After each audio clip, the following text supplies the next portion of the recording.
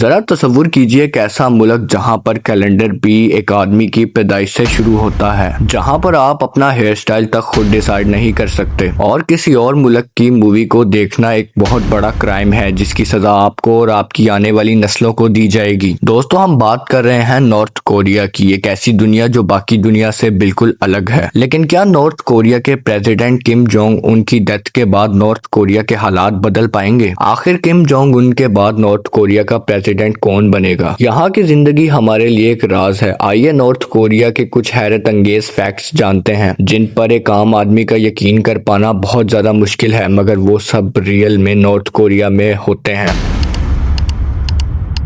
हम लोगों के वर्ल्ड के अंदर इस वक्त कैलेंडर 2025 का चल रहा है, मगर नॉर्थ कोरिया का कैलेंडर बिल्कुल डिफरेंट है। जूश कैलेंडर नॉर्थ कोरिया का अपना ऑफिशियल कैलेंडर है। इसकी शुरुआत 1912 से होती है, जब नॉर्थ कोरिया के पहले सुप्रीम लीडर किम आई संग की पैदाइश होती है। इस कैलेंडर के मुताबिक अभी जूश ईयर 113 चल रहा है, 2025 के बराबर। इस कैलेंडर का मकसद ये दिखाना है कि नॉर्थ कोरिया की तारीख दुनिया से बिल्कुल अलग है। नॉर्थ कोरिया के लोगों के लिए उनके कैलेंडर उनकी आजादी और खुद मुख्तारी की निशानी है। वो ये साबित करना चाहते हैं कि उनकी तारीख किसी और मुल्क या मजहब पर मबनी नहीं है। ये कैलेंडर नॉर्थ कोरिया में जगह जगह पर इस्तेमाल होता है, जैसा कि न्यूज़पेपर, सरकारी दफ्तरों में और स्कूलों में। नॉर्थ कोरिया के अंदर एक बहुत ही सख्त और अजीब कानून है। इस कानून के तहत अगर एक शख्स ने हुकूमत के खिलाफ कोई बड़ा जुर्म किया, मसलन हुकूमत के खिलाफ आवाज उठाई या कोई सियासी पॉलिटिकल जुर्म किया, या फिर अपने मुल्क के साथ किसी भी किस्म की बगावत करने की कोशिश की, या फिर किम जोंग उनकी हुकूमत के खिलाफ आवाज उठाई या लोगों में शऊर पैदा किया, तो उसके साथ साथ उसके आने वाली 3 नस्लों को भी उसकी सजा भुगतनी पड़ेगी। यानी कि सजा उस आदमी को, उस आदमी के बेटे को और उस आदमी के पोते को दी जाएगी। इस कानून का असल मकसद आम लोगों में डर पैदा करना है। हुकूमत ये चाहती है कि कोई भी लोग उनके खिलाफ ना सोचे, ना ही कोई बगावत करे। जब लोगों को ये बात मालूम होगी कि उनकी एक गलती से उनकी औलाद और उनके वालिदैन को भी सजा मिलेगी, तो वो चुप रहते हैं और कोई भी इस हुकूमत के खिलाफ आवाज नहीं उठाता। दूसरा, इस कानून का मकसद ये है कि लोग किम जोंग उनकी फैमिली के साथ वफादार रहें और गद्दारी करने का सोचे भी नहीं। सजा के तौर पर आम तौर पर पूरा खानदान पॉलिटिकल प्रिजन कैंप्स में भेज दिया जाता है, जहां उन्हें बहुत मुश्किल हालात में रहना पड़ता है। उन लोगों के ऊपर यहाँ तक कि उनकी फैमिली की लेडीज को भी तशद्दुद किया जाता है। इस कानून को नॉर्थ कोरिया के अंदर किम आई संग ने शुरू किया था। वो असल में ये चाहता था कि उसके मुखालिफों की आने वाली नस्लें भी खत्म हो जाएं और हुकूमत सिर्फ उसी के खानदान के पास रहे। नॉर्थ कोरिया के बारे में ये सुनकर तो आप मजीद हैरान होंगे कि नॉर्थ कोरिया में लोग अपनी मर्जी से बाल भी नहीं कटवा सकते। यहाँ पर मर्दों और औरतों के लिए गवर्नमेंट की तरफ से एक ऑफिशियल लिस्ट दी गई है, जिसमें से ही उनको कोई एक हेयर स्टाइल चूज करना होता है अपने लिए। वो अपनी मर्जी का कोई भी हेयर स्टाइल नहीं चूज कर सकते। अगर किसी ने इस रूल को तोड़ा तो उसकी सजा बहुत सख्त होगी। नॉर्थ कोरिया की हुकूमत ने एक प्रोपोगेंडा प्रोग्राम भी शुरू किया था, जिसका मकसद था कि लोग अपने बाल गवर्नमेंट की मर्जी से कटवाएं। असल में गवर्नमेंट ऐसा इसलिए करवाना चाहती थी क्योंकि उन्हें लगता है लंबे बाल या फिर fashionable hair cuts western culture की निशानी है, जो कि हमारे मुल्क के लिए सही नहीं है। हुकूमत ये चाहती है कि लोग एक ही तरह से दिखें ताकि वो लोग कलेक्टिवली सोच सकें, और उनका ये सोचना है कि अपने बाल गवर्नमेंट के रूल्स के मुताबिक रखना एक तरह से लीडर और हुकूमत के साथ वफादारी का इजहार है। जब सब लोग एक जैसे दिखते हैं तो इससे एक यूनिटी का एहसास पैदा होता है, जो हुकूमत के कंट्रोल को मजीद मजबूत बना देता है। नॉर्थ कोरिया और साउथ कोरिया के बॉर्डर पर एक शहर है जिसका नाम किजोंगडोंग है। नॉर्थ कोरिया का दावा है कि यहाँ पर 200 से ज्यादा फैमिलीज रहती हैं और ये एक खुशहाल शहर है, लेकिन साउथ कोरिया की रिपोर्ट्स के मुताबिक ये सिर्फ एक प्रोपोगेंडा सिटी है जहाँ पर कोई भी नहीं रहता। ये सिर्फ साउथ कोरिया के लोगों को धोखा देने के लिए बनाया गया है, क्योंकि नॉर्थ कोरिया की इंटेलिजेंस फोर्सेज ने ये बात नोट की है कि इस शहर की लाइट्स हर दिन एक वक्त पर ऑन होती हैं और एक ही वक्त पर ऑफ होती हैं, ताकि साउथ कोरिया के लोगों को लगे कि ये एक आम और खुशहाल शहर है, मगर हकीकत कुछ और है। इस शहर को कोरियंस ने जंग के बाद 1953 में बनाया था। इसका मकसद साउथ कोरिया के लोगों को यह दिखाना था कि नॉर्थ कोरिया कितना खुशहाल और तरक्की याफ्ता मुल्क है, ताकि नॉर्थ कोरिया के लोग भी साउथ कोरिया के अंदर शामिल हो जाएं। साउथ कोरिया के साथ साथ दूसरे मुल्कों के एक्सपर्ट्स ने मॉडर्न टेलीस्कोप लेंसेज से देखकर यह मालूमात हासिल की है कि इस शहर की बिल्डिंग्स अंदर से खाली हैं। उनमें ना तो इंटीरियर रूम्स हैं और ना ही खिड़कियों में शीशे हैं। ये भी एक निहायत अजीब और मिस्टीरियस सी चीज है। ना जाने इस शहर को बनाने के पीछे असल हकीकत क्या है। नॉर्थ कोरिया में आम लोगों के लिए इंटरनेट इंटरनेट यूज करना भी बहुत बड़ा जुर्म है। वहाँ के लोग उस इंटरनेट को यूज नहीं कर सकते जिसको हम लोग जानते हैं और यूज करते हैं। नॉर्थ कोरिया के ज्यादातर लोग ग्लोबल इंटरनेट से जुड़े हुए नहीं हैं। उनके लिए एक अलग डोमेस्टिक नेटवर्क है जिसको वो लोग अपनी जुबान में क्वेंग योंग कहते हैं। ये एक तरह का इंटरनेट है, लेकिन इस पर सिर्फ वो वेबसाइट्स मौजूद हैं जो कि गवर्नमेंट से अप्रूव्ड हैं। इन वेबसाइट्स में गवर्नमेंट न्यूज, ऑफिशियल वेबसाइट्स और कुछ ई कॉमर्स वेबसाइट शामिल होती हैं। इसके अलावा वो लोग किसी चीज की एक्सेस नहीं कर सकते हैं। नॉर्थ कोरिया के अंदर इंटरनेट यूज करने की इजाजत सिर्फ लिमिटेड लोगों को होती है। उनके ऊपर भी खास नजर रखी जाती है। इन लोगों में बहुत हाई रैंकिंग के गवर्नमेंट ऑफिसर्स शामिल होते हैं जिनको इंटरनेट यूज करने की इजाजत होती है। उसके बाद साइंटिस्ट और रिसर्चर्स को और यूनिवर्सिटी स्टूडेंट्स को और साइबर सिक्योरिटी हैकर्स को जो कि गवर्नमेंट के लिए काम करते हैं। इनके अलावा और कोई भी शख्स नॉर्थ कोरिया के अंदर इंटरनेट यूज नहीं कर सकता। अगर वो करेगा तो उसको इसकी सजा दी जाएगी। नॉर्थ कोरिया की हुकूमत का ये कहना है कि वो लोगों को अपने कंट्रोल में रखना चाहते हैं और वो ये चाहते ही नहीं है कि उनके लोगों को बाहर की दुनिया का पता लगे और उन्हें इस बात का अंदाजा हो कि बाहर की दुनिया में लोग कैसे जीते हैं। इस तरह उनकी गवर्नमेंट का उनके ऊपर मुकम्मल तौर पर कंट्रोल रहेगा और कोई भी शख्स वहां पर बगावत करने का सोच भी नहीं पाएगा। सच में दोस्तों, नॉर्थ कोरिया भी किसी जेल से कम नहीं है। नॉर्थ कोरिया की गवर्नमेंट ने एक पॉलिसी बनाई हुई है जिसका नाम है सोंगन, यानी कि मिलिट्री फर्स्ट पॉलिसी। इस पॉलिसी के तहत मुल्क के तमाम रिसोर्सेज मसलन फूड, मनी और ताकत सबसे पहले मिलिट्री को दी जाएगी, यानी कि सिविलियंस को चीजें बाद में मिलेंगी और मिलिट्री पर्सन को प्रायोरिटी दी जाएगी सिविलियंस के ऊपर। इसकी वजह से नॉर्थ कोरिया की मिलिट्री दुनिया की सबसे बड़ी आर्मीज में से एक है, जबकि इसके आम लोगों को बहुत सी मुश्किलात का सामना करना पड़ता है। ये रूल बनाने का मकसद ये भी है ताकि हर कोई आर्मी में जाना चाहे और नॉर्थ कोरिया की फोर्स मजीद बड़ी हो और नॉर्थ कोरिया मजीद पावरफुल हो जाए, उसका कोई भी कुछ बिगाड़ ना सके। नॉर्थ कोरिया के अंदर दुनिया का सबसे बड़ा स्टेडियम भी मौजूद है जिसके अंदर एट अ टाइम 1.5 लाख से ज्यादा लोग आ सकते हैं। मगर ये स्टेडियम किसी भी इवेंट्स वगैरह के लिए नहीं बनाया गया, बल्कि ये सिर्फ गवर्नमेंट स्पॉन्सर इवेंट्स के लिए बनाया गया है। या फिर जब भी कभी किम जोंग उन ने कोई स्पीच करनी हो तो शहर के पूरे लोगों को स्टेडियम के अंदर मजबूरन आना पड़ता है। इस स्टेडियम की शान शौकत नॉर्थ कोरिया की हुकूमत की ताकत को दिखाने के लिए है और जो कोई इस स्टेडियम के अंदर गवर्नमेंट के बुलाने के बावजूद भी ना जाए तो उसको भी सजा दी जाएगी। नॉर्थ कोरियन लैंग्वेज के अंदर इस स्टेडियम को प्योंगयांग कहा जाता है। अब यहाँ पर एक बहुत बड़ा सवाल है कि क्या किम जोंग उन की डेथ के बाद नॉर्थ कोरिया के हालात बदल पाएंगे या फिर आखिरकार क्या होगा नॉर्थ कोरिया का किम जोंग उन की डेथ के बाद, क्योंकि नॉर्थ कोरिया का सक्सेशन प्लान एक बहुत बड़ा राज है। लेकिन जो इंफॉर्मेशन अब तक अवेलेबल है उसके मुताबिक कुछ पॉसिबिलिटीज ये हैं कि किम फैमिली के अंदर ही पावर रहेगी किम जोंग उन की डेथ के बाद। नॉर्थ कोरिया की पॉलिसी के मुताबिक हुकूमत हमेशा किम फैमिली के अंदर ही रहेगी। इससे एक बात तो जाहिर है कि किम जोंग उन की डेथ के बाद लीडर उनकी फैमिली में से ही कोई और बनेगा। अब ज्यादातर चांसेस ये हैं कि किम जोंग उनकी बहन को लीडर बनाया जाए जिनका नाम किम यो जोंग है, क्योंकि ये हर पॉलिटिकल इवेंट में अपने भाई के साथ साथ नजर आती हैं और किम जोंग उनके बाद पार्टी की लीडर भी किम यो जोंग ही हैं और इनके पास एक बहुत बड़ी पोस्ट भी है उनकी पार्टी की। मगर कुछ लोगों का कहना है कि किम जोंग उनकी डेथ के बाद उनकी बेटी को अगला प्राइम मिनिस्टर बनाया जाएगा, मगर उसकी एज अभी बहुत ज्यादा कम है। लेकिन वो अपने फादर के साथ काफी ज्यादा पॉलिटिकल इवेंट्स में नजर आ चुकी हैं, जिसकी वजह से लोगों का ये कहना है कि शायद किम जोंग उनकी डेथ के बाद उनकी बेटी को ही अगला प्राइम मिनिस्टर बनाया जाए। ये राज भी नॉर्थ कोरिया के राजों की तरह एक राज है, मगर नॉर्थ कोरिया के अंदर मेल सेंट्रिक कल्चर बहुत ज्यादा है। इसी वजह से कुछ लोगों का ख्याल है कि एक औरत का लीडर बनना मुश्किल है, लेकिन किम फैमिली की ताकत इतनी ज्यादा है कि वो इस बात को नजरअंदाज कर सकते हैं और हुकूमत उनकी फैमिली से किसी भी सूरत बाहर नहीं जा सकती है। ये सिर्फ कुछ फैक्ट्स हैं जो इस मुल्क के राज और मुस्तकबिल को जाहिर करते हैं। नॉर्थ कोरिया एक ऐसी जगह है जहाँ की हुकूमत ने अपनी आवाम को हर तरह की आजादी से महरूम रखा हुआ है ताकि वो उन्हें कंट्रोल कर सके। इस वीडियो में हमने देखा कि किस तरह नॉर्थ कोरिया दुनिया से अलग रहता है और आखिर किम जोंग उन की डेथ के बाद क्या पॉसिबिलिटीज हैं। नॉर्थ कोरिया ने दुनिया से अलग रहकर अपनी ही एक अलग दुनिया बनाई हुई है। असल में वो वेस्टर्न कल्चर से बहुत ज्यादा नफरत करते हैं और वो अपने आप को हमेशा अंग्रेजों से अलग दिखाना चाहते हैं। उम्मीद करता हूँ आप लोगों को वीडियो अच्छी लगी होगी। अगर इस वीडियो में मुझसे कोई भी इन्फॉर्मेशन गलत दे दी गई हो तो आप मुझे कमेंट सेक्शन में जरूर गाइड कर सकते हैं। अपना बहुत ज्यादा ख्याल रखिएगा। मिलते हैं आपसे अगली वीडियो में, तब तक के लिए अल्लाह हाफिज।